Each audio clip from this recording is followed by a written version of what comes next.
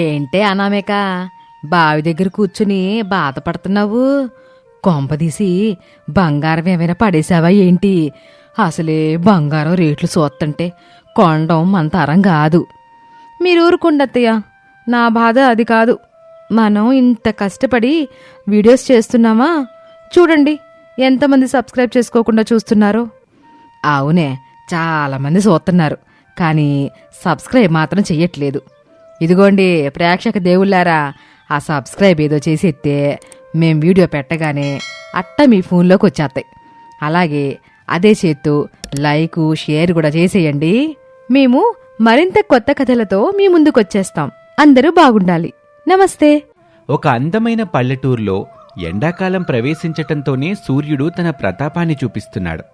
ఉదయం 8 గంటలకే మాడు పగిలిపోయే ఎండ కాస్తోంది.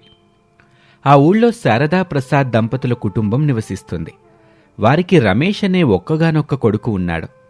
రమేష్కి అనామిక అనే చదువుకున్న ఆధునిక భావాలు కలిగిన అమ్మాయితో ఇటీవలే వివాహం జరిగింది. అనామిక చాలా తెలివైంది. ఏదైనా కొత్తగా ఆలోచించే మనస్తత్వం ఆమెది. అయితే అత్తగారు శారద మాత్రం పూర్తిగా సంప్రదాయాలకు పాత పద్ధతులకు కట్టుబడిన మహిళ. వంటలైనా పనులైనా పాత పద్ధతిలోనే జరగాలని ఆమె పట్టుబడుతూ ఉంటుంది. అబ్బో, ఈ ఎండలేంటండి బాబు, ఎట్ట మండిపోతున్నాయి.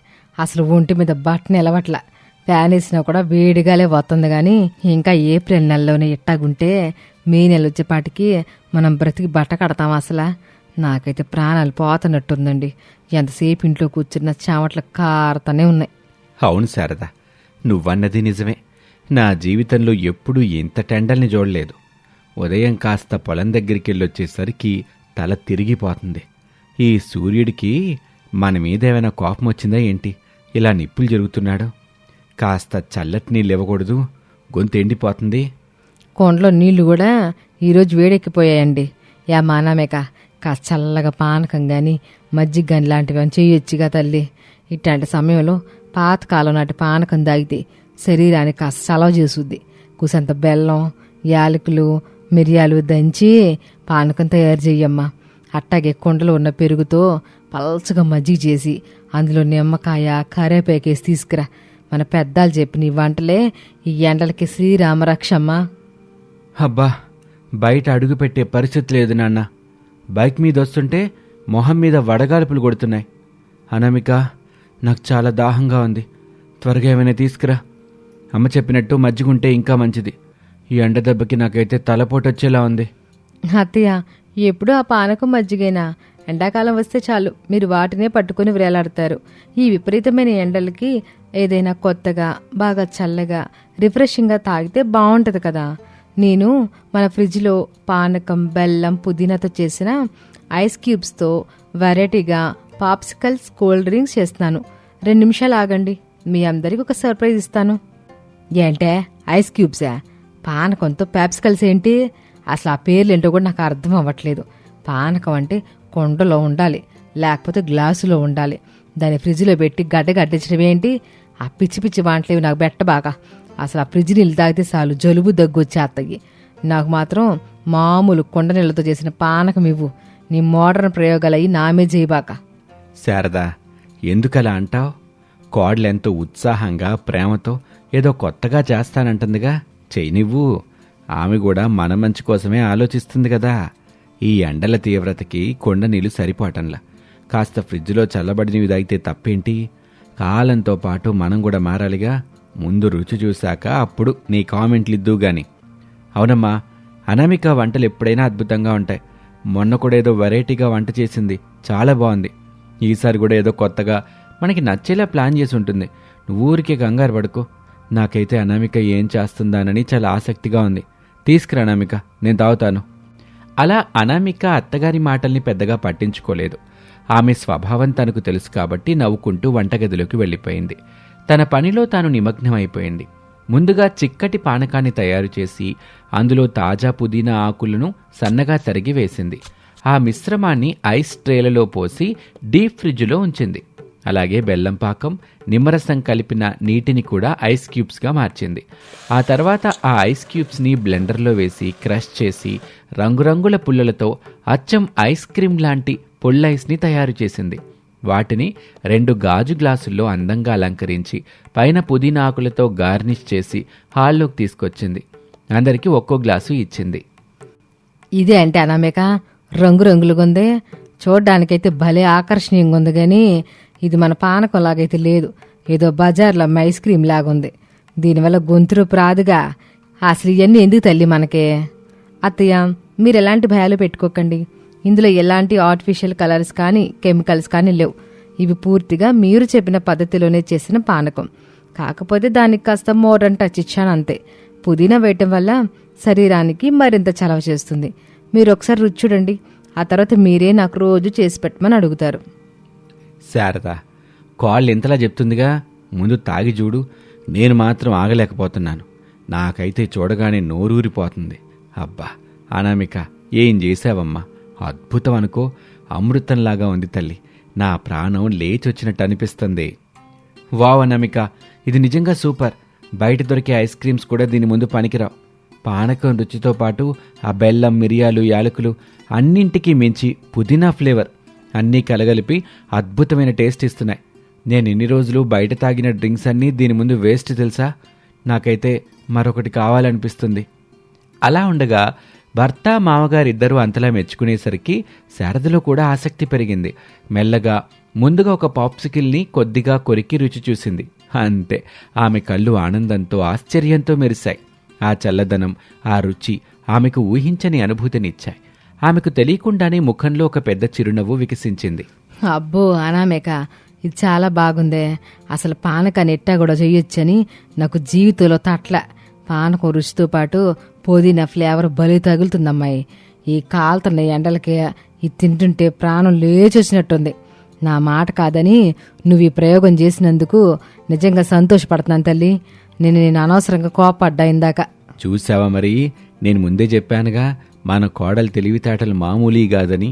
ఎప్పుడూ పాత పద్ధతుల్ని పట్టుకులాడకుండా ఇట్టా కొత్తగా ఆలోచిస్తే ఎన్నో అద్భుతాలు చెయ్యొచ్చు. ఈరోజు నేను చాలా ఫ్రెష్ అయిపోయానమ్మా. ఇక రోజు నాకు ఇదే కావాలి. అవుననమిక, నువ్వు నిజంగా గ్రేట్ తెలుసా. ట్రెడిషనల్ రుచుల్ని మోడర్న్ ట్రెండ్తో భలే మిక్స్ చేసావు. ఈ ఎండలకి ఇలాంటివి చేస్తే ఇంట్లో అందరికీ నచ్చుతాయి. ఇక రేపటి నుంచి నేను బయట కూల్ డ్రింక్స్ తాగటం మానేసి ఇంట్లోనే నీ చేతి ఐస్ పానకం తాగుతాను. ఆ రోజు నుంచి ఆ ఇంట్లో పరిస్థితులు మారిపోయాయి. శారద, అనామిక చేసిన ఆ పానీయాలకు పూర్తిగా ఫిదా అయిపోయింది. రోజు మధ్యాహ్నం కాగానే అనామికని ఐస్ పానకం, పాప్సికిల్స్ తీసుకురామ్మా అని అడిగి మరీ చేయించుకునేది.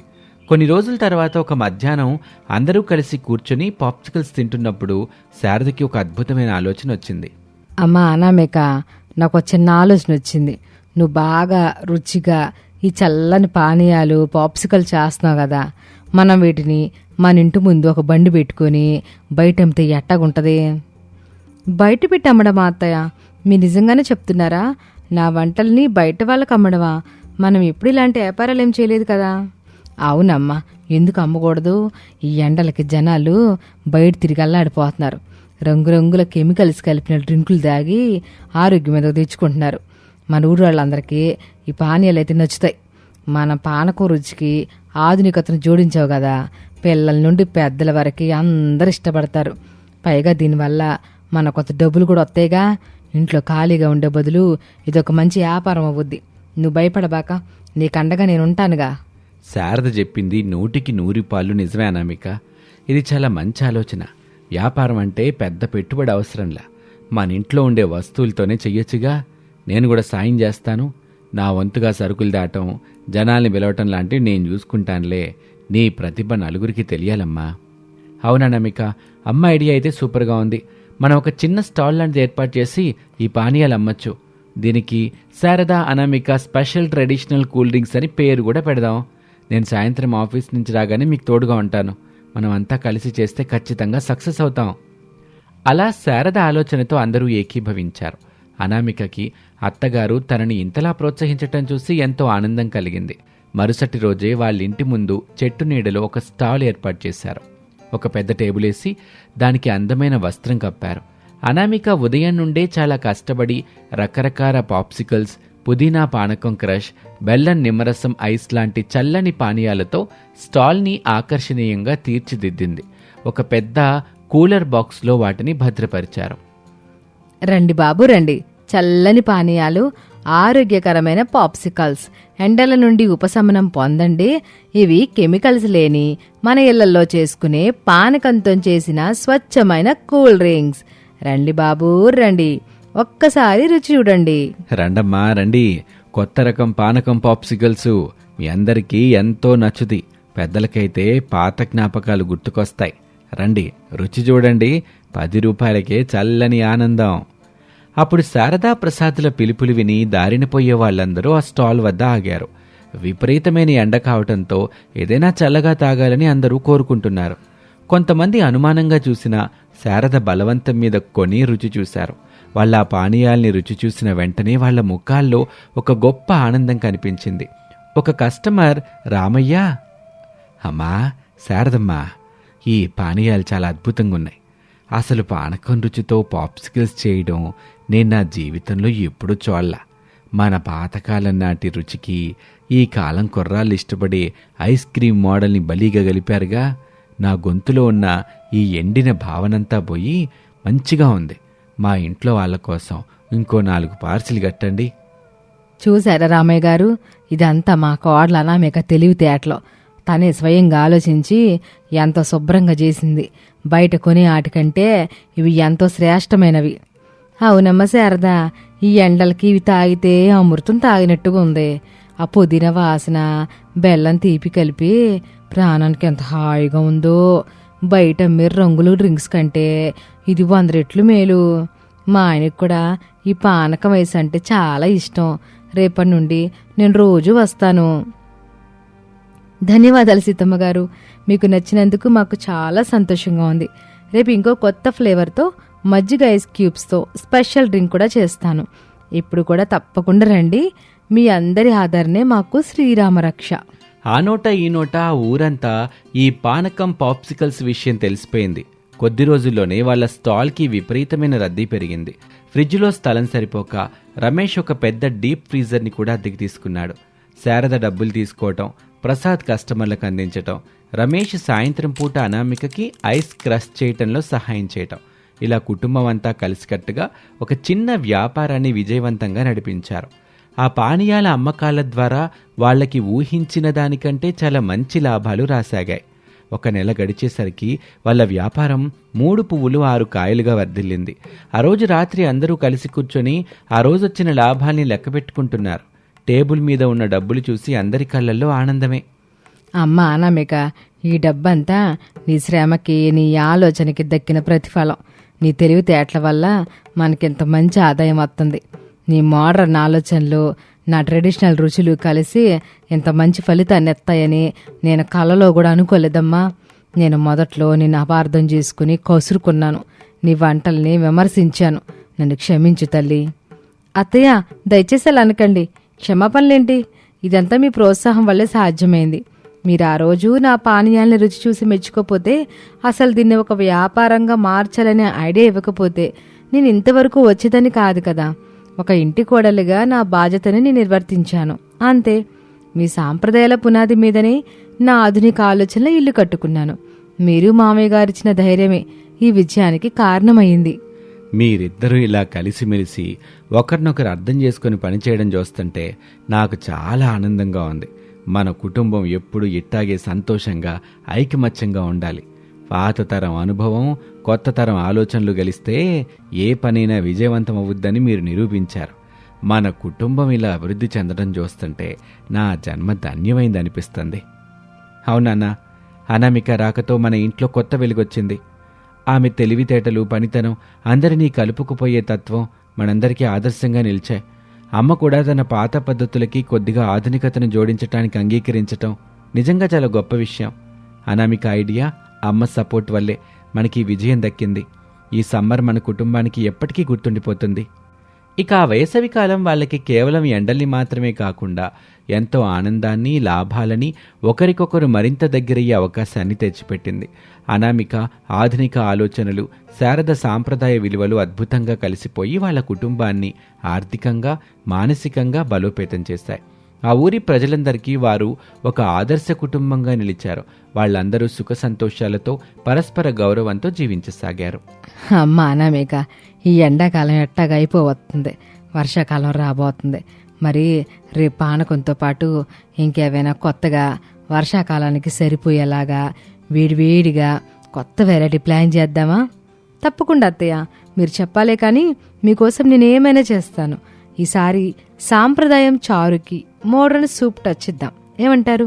ఈ వ్యాపారాన్ని ఎండాకాలంలో ఆపకుండా వర్షాకాలంలో కూడా కొనసాగిద్దాం. అట్టాగే తల్లి, నువ్వు ఎట్టా చెప్తే అట్ట. నీ చేతి వంటలో ఏదైనా అద్భుతంగానే పోతుంది. అలా వారిద్దరి నవ్వుల మధ్య ఆ రోజు ఎంతో అందంగా ముగిసింది. ఈ అత్తాకోడళ్ల బంధం చల్లని పానీయాల కంటే ఎంతో మధురంగా, చల్లగా మారిపోయింది. కుటుంబంలో ప్రేమ, సహనం, ఒకరికొకరు సపోర్ట్ చేసుకునే గుణం ఉంటే ఏ కష్టాన్నైనా, ఏ సమస్యలైనా చిరునవ్వుతో ఎదుర్కోవచ్చు. అలా వాళ్ళు ఎంతో సుఖ సంతోషాలతో జీవించసాగారు. ఇది వాళ్ళటి కథ. మరొక ఆసక్తికర కథలో మళ్ళీ కలుద్దాం. అంతవరకు సెలవు. నమస్తే.